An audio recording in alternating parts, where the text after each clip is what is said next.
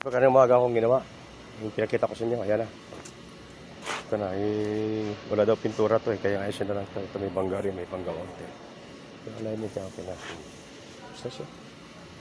Ano na agad. Ito ba, bilisan. Tapos agad. Tapos na. Ngayon, nag-overtime ako. Dahil nga yung jeep na yun, yung gagawin ko. Hindi ko uwi. Konti ka na lang to. Himas-himas lang to, adjust konti dito dahil malayo dito.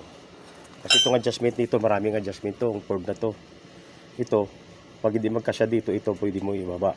May permis doon, dalawa. Permis doon. Ito, may adjustment din dito. Abante atras to, sa baba. Yun din, atras abante sa baba. Ngayon, pag itong hindi magkaparehas dito, ito, pwede mo adjustin. Ibaba mo siya. Yan. Luluwang ka dito.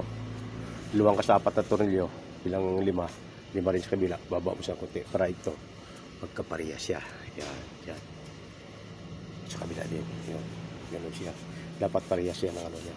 Kustas. Ayos na. Yeah. Ganun lang siya. Simple lang. Ito naman, dito pinturahan. Oh, yan. Paluin ko to kasi ito mababaw. Yan o. Balaktok. Ayaw pa pinturahan. Yan, may tama pang ato. Kaya pero hilot-hilot to eh. Yan, pag isa, may tama rin sa kabila. Yan. Ito, paluin ko lang ito na ano na, yan ay ito, paluin ko pa rito. Na walang pintura. Kasi ayaw pinturahan eh. Oh, yan, dami yung tama scratch nga ng ano. Oh, kita mo na yan. Oh, ang dami. Gusto niyo gano'n? Di, sige. Ito, pinanap konti. Ano ko pa yan, ipinisin ko pa yan para hindi makita talaga siya. Yung ano siya. Where the cup ada? Where the cup?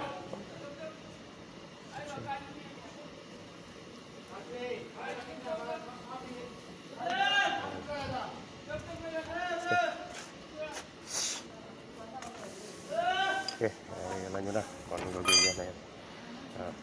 Pero kita malayo siya. Ganito, ibaba siya konti para magkapalihan siya. Ibaba yung konti. 5 lang tornilyo ka na adjust ka dito. Kasi may perimeter sa 4 sa taas eh. Okay. Sige na, mga kaludi.